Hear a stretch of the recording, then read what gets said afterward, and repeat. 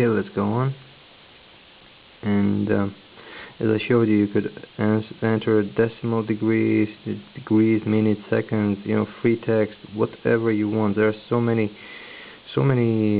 options to search for your destination.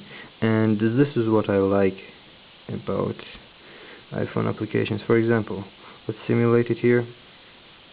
Just it will start driving, but usually you are presented with this my routes, and this is like an evolution of shortest, fastest, and optimized. You see, you get all these routes just displayed. You can just pick whichever you want, and judge them by distance, time, and just where you want to drive. In Nokia, you don't get such a thing. You get just straight, drive there, and whatever the application gives you is what you have to take. Just at the roundabout, take the first exit. Quiet you. And there is not even like an alternate route or like avoidance. For example, you have a route, right? And you want to select that something is let's, for example, select this. Okay, navigate, and you are on your route, and you want to, there's a block in front of you. You can just select here. There's a block in 500 meters, and it just selects a different route. Okay, this one doesn't have anything like this. It doesn't even offer you like multiple routes.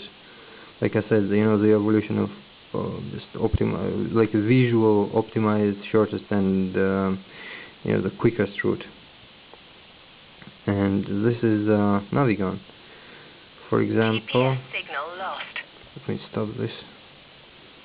For example, and most of the new applications, and these applications actually get updated quite a lot, and they're always up to date, unlike what you get on the Nokia. Don't get upset. I told you you'd get upset in the beginning of this video. And on Copilot, for example, you get photo navigation. Just pick a photo from your photo gallery, and it reads the EXIF data and navigates you there. And this application also offers you, this visual shortest, quickest, and optimized routes. You see 1, 2, and the third one is just not available because it's closed here. Here you can also just make multiple routes, A, B, C, whatever you want. You get lots of, you can address, favorites, points of interest, including the Google ones, and you can pick from a contact here, and just anything. There you go. And let's add a stop, current location, for example, and calculate route. I want to show you those 3 routes here. 1, 2, and 3. So there you go. I wish Nokia would implement this. This is such a useful feature because you get visually to see where the route is going, including the distance and time, and you can just very quickly just make your decision and pick the route that you want. So not even an alternate route button, just to tap on it and just show me an alternate route, not even that. So that's very disappointing. And this is just like a tip of the iceberg.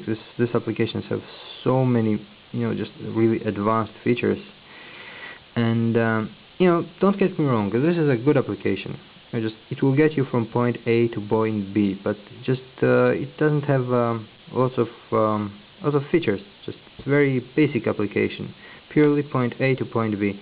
And frankly, if we were comparing, like for example, if I was given an option of either iPhone or a Nokia with Nokia Maps and without any third-party applications, of course I would go with Nokia Maps, because Nokia Maps, just is a real navigation application compared to what's available on the iPhone, and that's just just Maps application.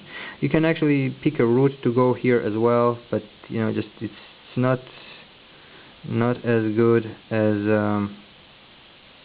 Nokia Maps. So if we were talking only like first party, and this also uses data.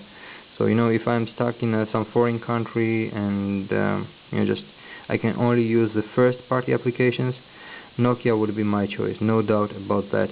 However, if we factor in the choice of third party applications, then of course the landscape changes a lot, and then of course my choice would be the iPhone, because you get lots more options here. And just wanted to show you something. I already showed you.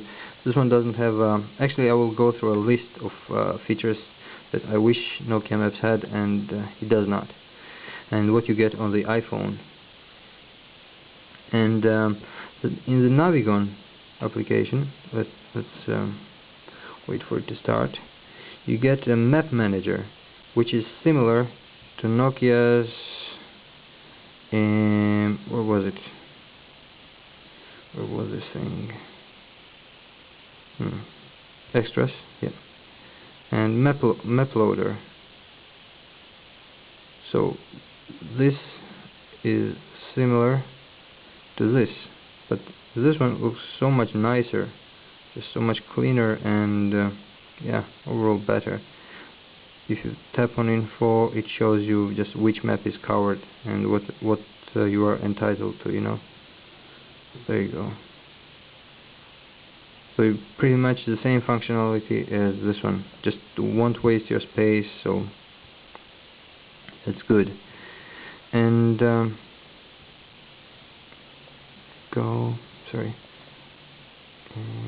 back. Okay. So let's go through the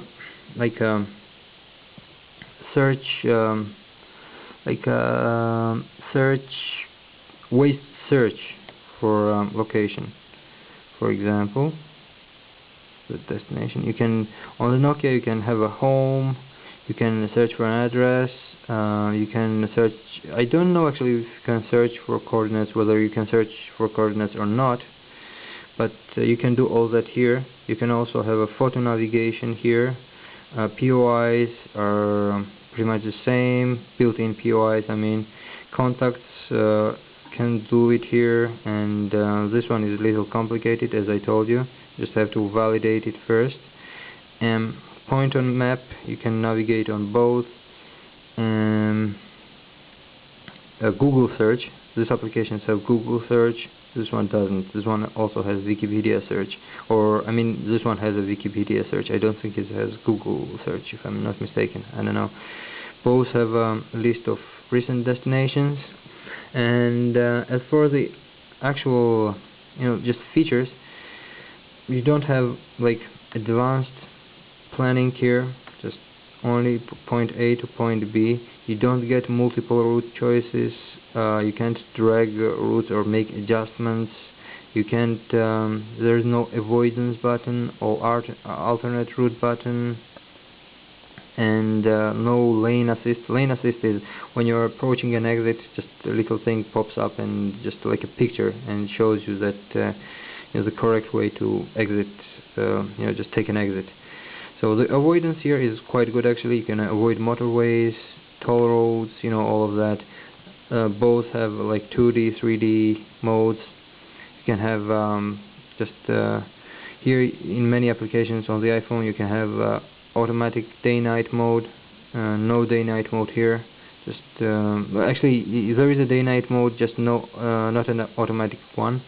Both have auto zoom level. Yeah, speed limits and everything is good here. Actually, where do you change units? I now remembered here. I wonder if you can change the units. I think you should be able to. Let's find it. Application settings. Oopsie. Map applications. General. Yeah, so here you change measurement, but it's very, you can only change from metric and imperial. You cannot change like specifics. Like for example, you want temperature in Celsius, but you want distance in miles, right? You can't do that. On these applications, you can change and customize everything you want. For example, the day, night, and automatic, as I told you. Where is the general, I think? Yeah, so units here, distance units separately, temperature units separately, and some of the other applications. Just, overall, what's available on the iPhone. Yes, you have to pay for them. They're paid applications, but just, I don't know about you, but personally, I prefer to have a choice, than be only just be stuck with only one application that doesn't have that many functions. So that's me. So it's been an overview and comparison of Nokia Maps compared to the old Nokia Maps, compared to what's available on the iPhone, and yeah, as a stock, just without third party, Nokia Maps is better. I hope the Apple will address this in iOS 6. They definitely need to have their own their own navigation application. That would be nice. But still, with when you count in third parties, just this is a very powerful device to have with you. Just lots of functionality here. So, thank you very much for watching. I hope this has been informative for you, and you enjoyed and maybe found out something new, or it helped you somehow. Anyway, thanks a lot. Bye. Have a nice day.